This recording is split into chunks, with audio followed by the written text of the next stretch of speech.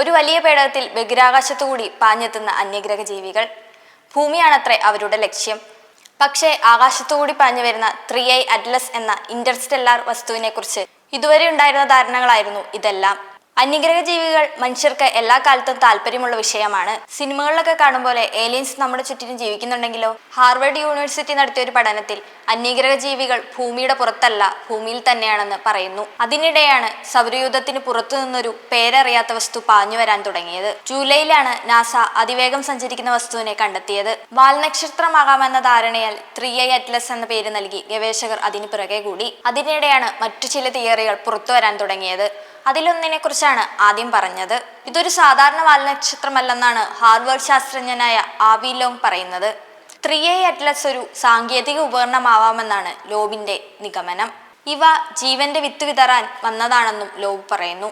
പാഞ്ഞെടുക്കുന്ന വസ്തുവിന്റെ അസാധാരണ സ്വഭാവങ്ങൾ ചൂണ്ടിക്കാട്ടിയാണ് ലോബ് ഇത്തരമൊരു വാദം ഉയർത്തുന്നത്. മിക്ക ശാസ്ത്രജ്ഞരും ഇതിനെ സാധാരണ വാൽനക്ഷത്രമായി മാത്രം കണക്കാക്കുമ്പോൾ ലോബ് ഇതിന്റെ രൂപം, വലുപ്പം, പെരുമാറ്റം എന്നിവയിലെ അസാധാരണത്വം ചൂണ്ടിക്കാട്ടി സ്വന്തം നിലപാടിൽ ഉറച്ചു നിൽക്കുന്നു. 3I അറ്റ്ലസിന്റെ രാസഘടന, ഭീമാകാരമായ വലിപ്പം, സൂര്യനോടുള്ള പെരുമാറ്റം എന്നിവ സാധാരണ വാൽനക്ഷത്രത്തിൽ നിന്ന് ഭിന്നമാണെന്ന് ലോബ് പറയുന്നു. ശാസ്ത്രജ്ഞർ ഇതിനെ കൂടുതൽ ജിജ്ഞാസയോടെ പഠിക്കണമെന്നും പൂർണ്ണമായി തള്ളിക്കളയരുതെന്നും ലോബ് നിരന്തരം ആവർത്തിച്ചു. അതിനിടെ ചേർത്തു വായിക്കാനാവുന്ന മറ്റൊന്നുകൂടി സംഭവിച്ചു. ബൾഗേറിയൻ പ്രവചകയായ ബാബ വാങ്കെ ഒരു പ്രവചനം നടത്തി.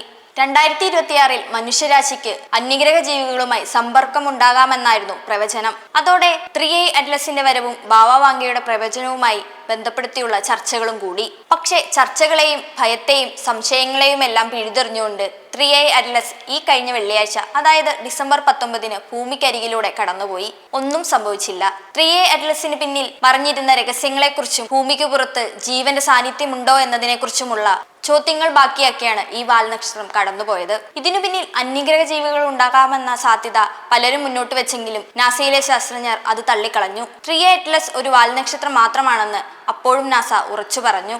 സൗരയൂഥത്തിലെത്തുന്ന മൂന്നാമത്തെ നക്ഷത്രാനന്തര വസ്തുവാണിത്. 2026 മാർച്ചോടെ 3I അറ്റ്ലസ് വ്യാഴനടുത്തേക്കുള്ള നീണ്ട യാത്ര തുടങ്ങുമെന്നും 3I അറ്റ്ലസിനെ ട്രാക്ക് ചെയ്യാനുള്ള ശ്രമം നടക്കുന്നതായും ശാസ്ത്രജ്ഞർ പറയുന്നു.